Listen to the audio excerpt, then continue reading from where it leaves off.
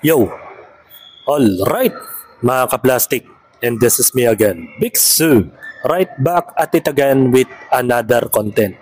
Malamang napanood nyo na po ito kanina sa mga platform like Facebook, yung mga viral video na isang pulis sa Cebu na nagsabi ng drug pusher challenge. Handa siyang magbigay ng 2,000 para makahuli ng isang drug pusher. Hinihikayat niya mga kababayan niya sa Cebu, even yung mga tao diyan na nakatira sa Cebu, ay hinihikayat niya na manghuli ng mga drug pusher. So may point of view naman si police. Pero ang pangit lang doon is may mga mangyayaring extra na kriminal o extra justice system pagdating sa mga ganyan. So may point of view naman kung bakit siya sinibak, mga ka-plastic. So sabi sa report, kakaibang bring me challenge yung ginawa ni police. Sibak ngayon sa pwesto ang isang pulis sa Talisay, Cebu matapos magpa-bring me challenge sa kanyang Facebook page. Pero imbes na karaniwan gamit ang drug user, ay karaniwan ginagamit ay mga pera gamit, di ba? Ay drug user at pusher ang pinapahanap, mga ka-plastic. Parang sa mga birthday, di ba? Bring me ganito, bring me ganyan. October 31, mga ka-plastic, nang i-post ng polis ang hamon ng kanyang page na may 400,000 followers na nag-alok ng pulis na pera bilang premyo.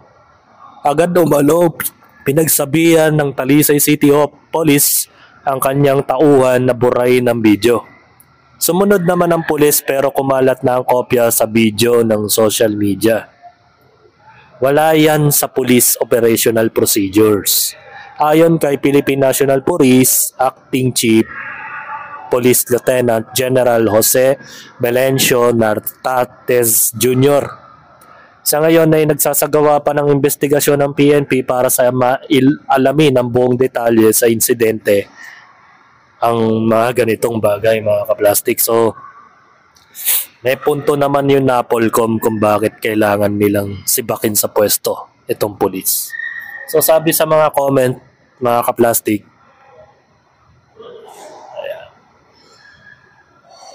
work smarter not harder mindset. Siguro parang tinatamad siya sa pagiging pulis niya, kaya na naisipan na gamitin yung mga kababayan niya sa Cebu na manghuli ng drug user. Pero ang bilis ng action nila, no? Kapag mga maliliit na tao yung inaakusa, sibak agad sa pwesto. Samantala yung mga taga-flood control project, mga ka-plastic, ay parang hindi yata hanggang ngayon, magpahanggang ngayon, hindi pa rin nabibigyan ng hustisya ang ating mga kababayan sa Pilipinas na nagnanakaw pa rin ng mga politiko. At magpahanggang ngayon ang Bulacan, gumagawa na naman ng sariling infrastructure. Nagbubutas na naman sila ng kalsada sa mga highway nila. Sabi nga ni Bernard, think of it, he was just thinking out of the box. If your conversational protocols don't bring in the pieces, schemes like this may do. Diba? Baga, yun nga eh. Nasibak tuloy agad. So, panoorin natin yung sinabi ng police dito sa context na ito. Kung paano niya hinikayat yung mga kababayan niya sa Cebu na mag-bring ng drug user. Maayong adlaw mga higala, ganahan baka og easy money for 2,000 pesos. Bring me 2,000 ha, drug user. And for 5,000 pesos, dali ko ninyo og street level drug pusher. Unsa pa inyong giulat? Atak na mga adik. Maayong adlaw mga higala. Atak na mga adik. Kaso ikaw yung na-attack eh. Nawalan ka tuloy ng trabaho. Kasi mali naman talaga yan, mga ka-plastic. Parang hinihikayat mo yung kababayan na maging gumawa ng sariling batas sa kanilang mga kamay na sa halagang 2,000. Paano kung mapatay yung mga biktima nila? Di ba? Paano kaya kung mapatay yung mga taong naghahangad ng pera kapalit ng pag-bring me ng pusher? Yun ang hindi niya naisip eh. Maraming instances na pwede mangyari na kapag ginawa mo to, ano na lang yung mga iisipin ng mga fans niya, mga followers niya. Hoy, may 2,000 tayong nag-aabang dun. Maghanap tayo ng mga drug addict dito sa lugar natin. So paano na lang kung sandamukal na drug addict ang idinala sa presinto mo? Makakaya mo bang bayaran ng tigda 2,000 yung mga taong yun? Paano kung onsehan mo sila? Di nag-cause pa ng matinding gulo yan. Kasi parang pang-i-exploit yung tawag dyan eh. Ine-exploit mo yung tao na gumawa ng sarili nilang batas sa kanilang mga kamay, mga kaplastik. Ano pang hinihintay mo? Manghuli na. Attack na mga adik. Diba? No? Lalayo ka pa ba? Start looking where it is convenient. Sila rin naman mismo ang carrier eh. Diba? Kaya nga yung mga nakukumpiskang droga, nare-recycle lang eh. Sino ba nagre-recycle? Di sila rin. Alam mo, pa-birthday celebration mo, no? Bring me ganito. Bring me drug lord and drug protectors dapat, sir. Ito, ang hirap-hirap na huliin ng drug lord eh. Dahil hindi mo matukoy kung sino sila eh.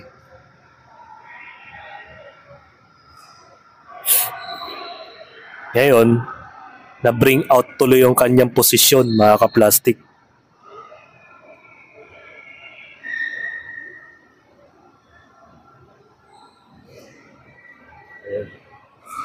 Ito, mas magandang comment to eh.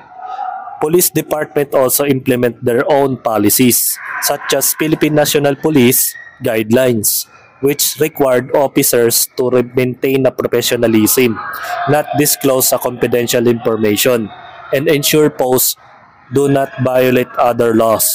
Consequences of violations, police officers can face disciplinary action, loss of credibility, and even termination for their social media use.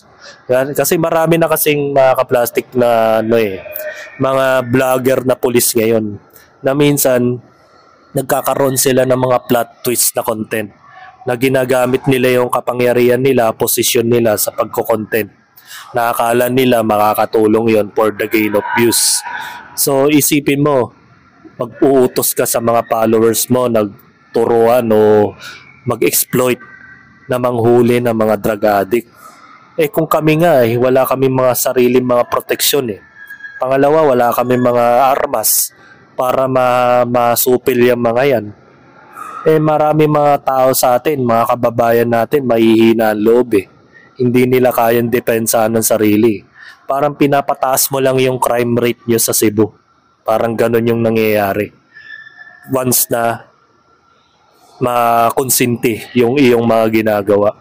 Kasi yung paggaganyan mo, may mga possibilities na pwede kang makasira ng pamilya eh.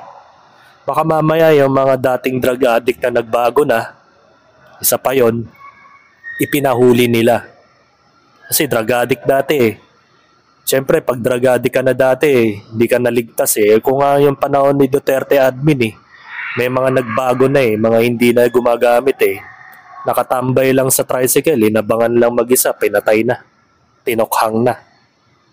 Yan pa kaya na, 'di ba, yung mga instances na nagbago na yung ibang drug addict tapos huhulihin pa, 'di ba? Marami kasing pwedeng mangyari once na maglahad ka ng mga ganitong mga bring me content na yan. Kasi hindi mo kasi iniisip na patatasin mo lang ang crime rate sa Cebu. Kasi may mga tao mag-aangad ng sa halagang 2,000, Para mo namang ginawang daga yung mga, parang kagaya sa Marikina, nag-bring me na daga para pest control daw sa kanilang bahay. Ngayon, yung mga dagang nahuli nila, binibilang doon per piece, binabayaran ng mga pera. Parang ganito yung ginagawa ngayon ng pulis na ito, na vlogger. 'Di ba? Parang nakakatawa kasi na ba't kailangan mo magganyan? 'Di ba pulis ka? Ba't tamad ka ba manghuli? 'Di ba? Trabaho nyo yan eh. Hindi trabaho ng mga civilian yan. Hindi trabaho yan ng mga kagaya naming ordinaryong tao na walang kapangyarihan na manghuli ng mga ganyan. Mga kaplastik. So sana naman wag naman kayong toxic sa social media. Kung magiging vlogger man kayo, be responsible. Be responsible naman, mga kaplastik. Wag naman nating ipairal na porket mataas na yung followers natin, pagkakakitaan nyo pa yung content, pagkakakitaan nyo pa yung mga taong manghuhuli ng drug addict. Paano na lang kung mapatay yung mga taong nagtatangkang manghuli ng drug user? Magaling din magdepensa ang mga drug addict eh. Kasi sa lahat ng oras, alerto ang mga addict eh. Laging may ice pick yan na nakasukbit sa kanyang mga baywang. Pag hindi ice pick, balisong, o kaya barel o sumpak. Paano na lang yan? Nagpamalita ka pa sa Cebu, di lalong na-trigger ang mga addict dun sa Cebu. Magiging alerto na yan. Kaya kapag may lumapit na sa kanila, matik, papatayin din ng addict yun. Di tataas ang crime rate. Di ba bobo tong vlogger na pulis na ito? Diba? Pinapakomplikado mo yung mga bagay na alam mo ikakapinsala rin ng mga sibilyan. Magandang idea sa maganda. Pero sana bigyan mo kami ng kapangyarihan. Kung inalob mo kami manghuli ng mga adik, sana allowed mo kami maggamit ng baril. Diba? Kasi parang ganun yung instances eh. Parang ganun na rin yung sinabi mo eh. Diyan, once na ikaw ay nag-bring ng isang bagay o nag-utos ka sa mga tao, sana magbigay ka rin ng permiso o allowed na gumamit ng armas. Kasi hindi naman basta-basta makakahuli ng adik, di ba? Ano yun? Ano yan? Parang daga lang, i-mousetrap mo, tapos yun na yun. Hindi naman ganun, mga kaplastik. So, moral lesson to sa mga kapulisan, mga kaplastik, na sana kung gagawa kayo ng mga vlogs ninyo at gagawa kayo ng mga content, ihiwalay ninyo o iset aside ninyo ang mga personalidad ninyo sa PNP, sa personalidad mo sa buhay. Lagi nyong tatandaan, ang pulis kasi, responsibility niya na proteksyonan niya ang mga tao sa paligid niya o mga tao sa nasasakupan nila para maiwasan ng kriminalidad. Kagaya sa Amerika, di ba? Once na tumambay lang saglit yung mga tao, sinisita na ng mga pulis para maiwasan yung possibly crime na mangyayari doon sa lugar na yun. Kaya bawal tumambay sa mga lugar na hindi naman dapat tambayan, di ba? Sana ganun sila. Wag yung parang ginagamit mo yung kapangyarihan mo sa pulis para lang paglaruan mo yung mga tao o yung mga followers mo sa social media. So hanggang dito na lang ang aking opinion, and this is me again, Big Su, lagi nagsasabing ang mga plastic ay matagal mabulok dahil ang mga plastic ay toxic.